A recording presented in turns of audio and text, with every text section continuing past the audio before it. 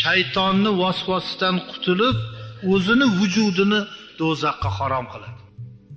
Birinchisi, bir narsaga juda rag'bat oshib ketsa, fanat bo'lib ketsa, hamma narsadan o'sha ishni a'lo ko'raveradi. Masalan, futbolga berilib ketadi.